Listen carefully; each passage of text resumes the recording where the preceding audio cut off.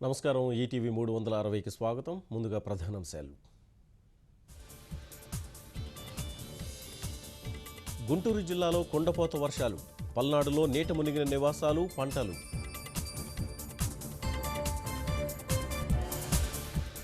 ప్రకాశం జిల్లాను ముంచెత్తిన వానలు, లోతట్టు ప్రాంతాల్లోకి నీరు, గుండ్లకమ్మకు భారీగా వరద.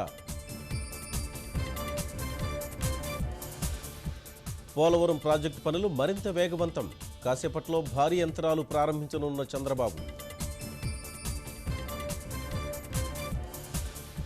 కర్ణాటక, తమిళనాడులో కొనసాగుతున్న ఉద్రిక్తత, పలు ప్రాంతాల్లో భారీగా బలగాలు, కన్నడ మంత్రివర్గం అత్యవసర భేటీ. చర్చల ద్వారానే సమస్యకు పరిష్కారం లభిస్తుందన్న ప్రధాని, ప్రజలు సంయమనంతో ఉండాలని వెంకయ్య సూచన.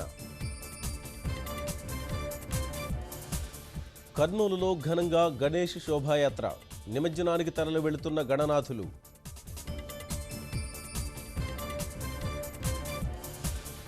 ఘనంగా బక్రీద్ వేడుకలు, భక్తి శ్రద్ధలతో ముస్లింల ప్రార్థనలు.